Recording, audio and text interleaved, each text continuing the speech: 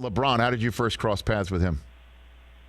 Just I first at a game and just did other things and the party here or there, whatever, and then we worked together. So that was kind of cool. So I spent a lot of time with him then.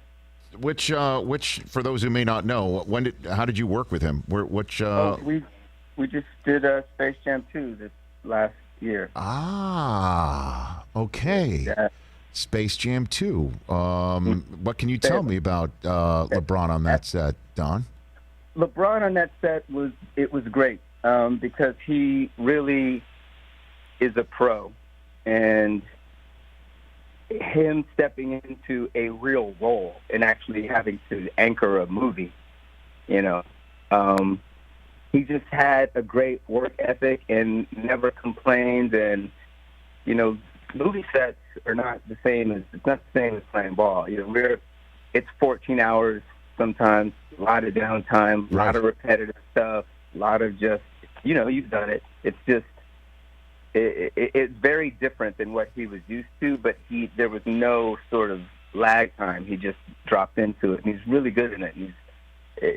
I love to see how serious he took it, and he didn't come on like the diva, and he really could have been, but he didn't at all. He was just a team player, and we had a great time. That's great to hear. And word was that he did in fact have a basketball court that was there for him to make sure that his regular job could be attuned and had attention to it. So was he out there also in the downtime getting his work in on that front too?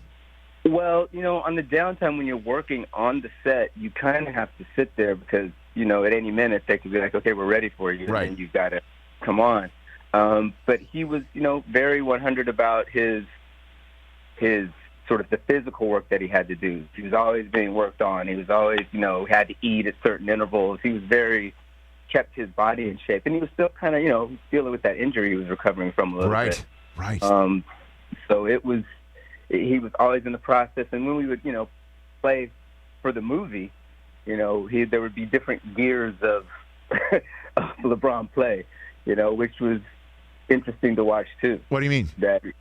Well, you can't go full out sometimes, and then sometimes they need you to go full out a couple times, and try to figure out how to modulate that. And I was just always nervous anytime he went full out. I was like, please do not hurt yourself on this movie and have to go explain it to the Lakers organization. Right. Sorry, the season's over because I spaced him.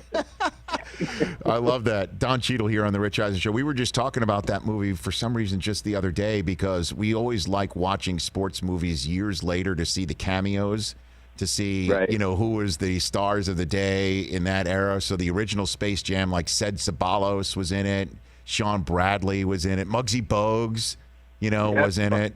So I just kind of dig, what that might look like 10, 20 years from now when Space Jam 2 ages, right? If it will age in that respect. And what's amazing is they can really, with, the ability to face replace, to do CGI. I don't know what the movie's going to look like. I don't know who's going to be in it. I'm not sure if I'm going to be in it. They may, they put out from my face. I know. I think you'll be in it. Don Cheadle here. I hope so. Well, so what is your role in it then? I can't, Rich. We just went through this. I can't say anything else. Top secret. I've said too much. Okay, said too much. All right, I don't want to get you in any trouble.